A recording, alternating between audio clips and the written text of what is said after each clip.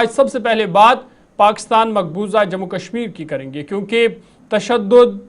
اور احتجاج کے درمیان انتخابات کا سلسلہ جاری ہے۔ اگرچہ آج 10 اگست ہے، تیسرا مرحلہ انتخابات کا، پولنگ کا،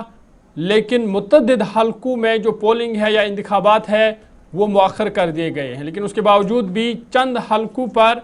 انتخابات یا پولنگ کا سلسلہ جاری ہے۔ ایک طرف سے جہاں احتجاج ہے، تشدد ہے، تو دوسری طرف سے آج مقبوضہ کشمیر میں انتخابات کا تیسرا مرحلہ ہے۔ 4 حلقوں میں آج پولنگ ہوگی۔ تشدد اور کشیدگی کے باعث کئی اہم حلقوں پر انتخابات مؤخر کر دیے گئے، اور ابتدائی رجحانوں کے مطابق مسلم لیگ نون متعدد نشستوں کے ساتھ سب سے آگے دکھائی دے رہی ہے۔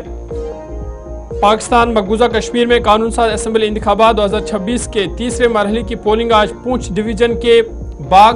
اور حویلی کے 4 حلقوں میں ہے۔ تاہم مختلف علاقوں میں تشدد، سیاسی کشیدگی اور انتخابات کے بائیکاٹ کے باعث صورتحال اب بھی تشویشناک ہے۔ خطرناک موڑ میں یہ صورتحال داخل ہو گئی ہے۔ شیڈول کے مطابق تبدیلی کے باعث پونچھ ڈویژن کے 5، سدھونتی کے 2 حلقوں میں پولنگ پہلے ہی مؤخر کی جا چکی ہے۔ اس کے علاوہ الیکشن کمیشن کے مطابق 4 حلقوں میں مجموعی طور پر 4,60,000 ووٹر اپنا حق رائے دہی کا آج استعمال کریں گے۔ پہلے مرحلے میں آپ کو یاد ہوگا کہ میرپور ڈویژن کی 13 نشستوں میں مسلم لیگ نون نے 9 اور پیپلز پارٹی نے 4 نشستیں حاصل کی، جبکہ دوسرے مرحلے میں مسلم لیگ نون نے 15 اور پیپلز پارٹی نے 6 نشستیں جیتی، اور اس طریقے سے اب تک مسلم لیگ نون 24 نشستوں کے ساتھ سرفہرست ہے، جبکہ پیپلز پارٹی 10 نشستوں کے ساتھ دوسرے نمبر پر ہے، اور آج تیسرا مرحلہ ہے جہاں پر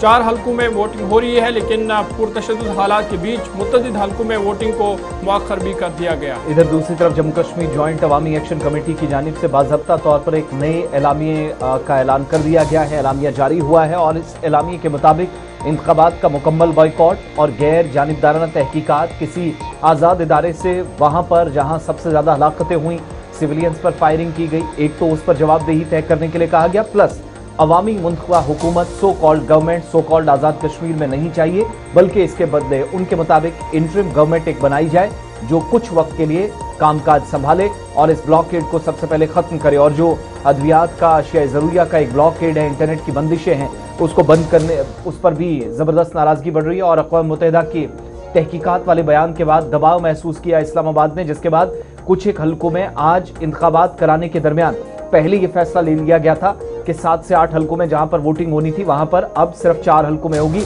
باقی سب جگہوں پر لا اینڈ آرڈر کی صورتحال ایسی ٹھیک نہیں ہے جو اتھارٹیز بتا رہی ہیں، تو اس لیے یہ انتخابات نہیں ہوگا۔ بھارت کے رد عمل کے مطابق انتخابات محض ایک ڈھونگ ہے، ایک اس طرح کی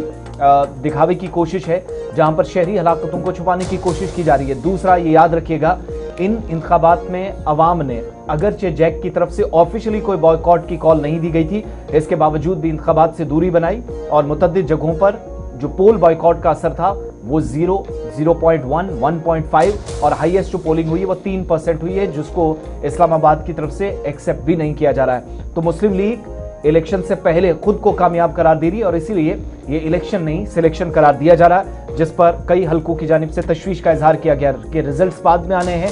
نتیجے پہلے جاری کیے جا رہے ہیں۔ اسی لیے اب جو اس مظفر آباد کے اندر پی او جے کے اندر آپ ہلچل دیکھ رہے ہیں، اس کا صاف اثر وفاقی حکومت دارالحکومت اسلام آباد کے اوپر نظر آ رہا ہے، جہاں پر کسی بھی وقت ایک سیاسی عدم استحکام مزید شدت اختیار کر سکتا ہے، اس کی طرف اشارہ ہے، اور حکومت میں بیٹھے اتحادی مسلم لیگ نواز اور پاکستان پیپلز پارٹی ایک دوسرے کے خلاف میدان میں پی او جے کے اندر ہے، اور حکومت گرانے تک کا دعویٰ بلاول بھٹو زرداری کر رہے ہیں۔ لیکن نیا جو اعلامیہ جاری کیا گیا ہے، جس میں موجودہ جو غاصبانہ کاروائیاں ہیں، جس میں کریک ڈاؤن ایک میسو چلا ہے پی او جے کے اندر، گرفتاریوں کا ایک سلسلہ، اس پر نیا اعلامیہ جاری کیا گیا ہے جیک کی طرف سے رات دیر احتجاجی مظاہرے کریں اور پورے خطے میں پرامن دھرنوں کو منظم کریں۔ نیز 13 اگست کو اوورسیز کشمیر کمیونٹی کو بھی وہ بھی بیرون ممالک احتجاجات کو منظم کریں۔ مورخہ 13 اگست 2026 کو جموں کشمیر جوائنٹ عوامی ایکشن کمیٹی اقوام متحدہ کی 13 اگست 1948 کی قرارداد کی روشنی میں اپنا ایک نیا اعلامیہ جاری کرے گی۔ ایک تو یہ کہ